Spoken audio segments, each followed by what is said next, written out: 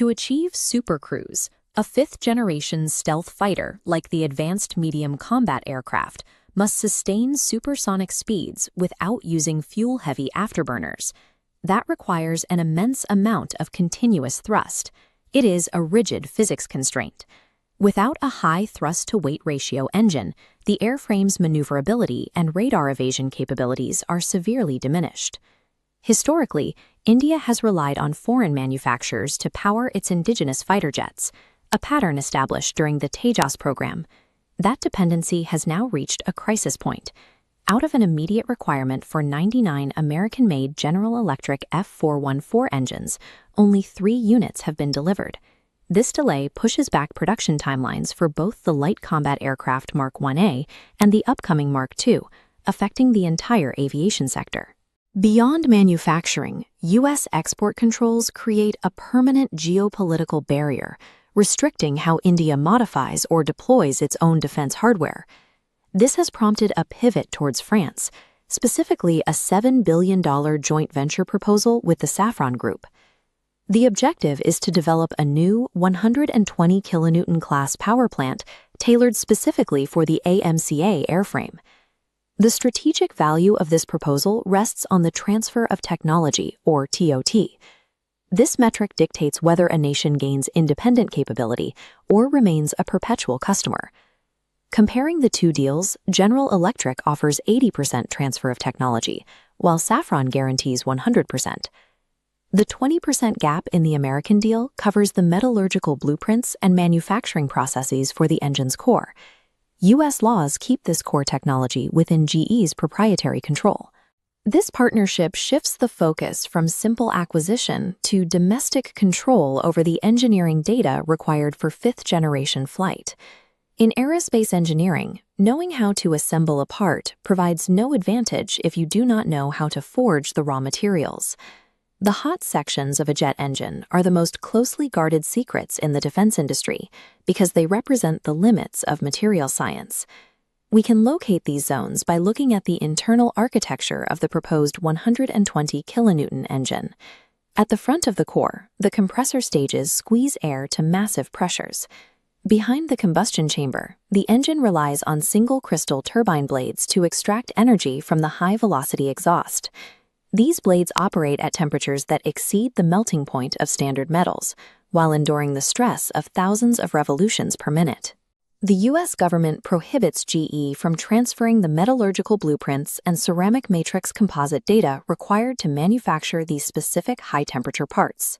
Safran's offer involves the handover of design blueprints and material science data for these hot sections.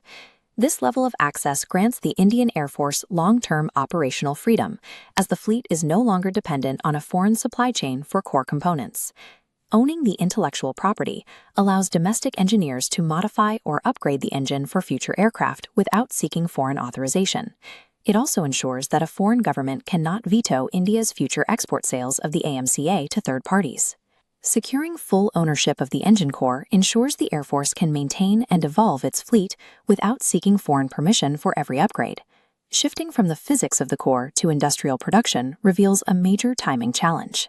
To accelerate development, the Ministry of Defense has issued an aggressive, time-bound request for proposal for the AMCA program. This timeline mandates that the first prototype flight must occur within 30 months of the contract being signed. It also requires 1,800 test sorties across 5 different prototypes within a strict 84-month window. This rapid development cycle is difficult for legacy, state-run monopolies to achieve when working in isolation. To meet these deadlines, the GTRE-Safran partnership is implementing a consortium model that distributes the workload. The strategy involves a private sector-led manufacturing ecosystem, moving away from a single centralized contractor. Tier 1 integrators, including entities like Tata, L&T, and Bharat Forge, sit at the top of this tiered structure. These hubs are responsible for final assembly, rigorous qualification testing, and long-term maintenance. They are supported by a web of Tier 2 and Tier 3 specialized suppliers across the country.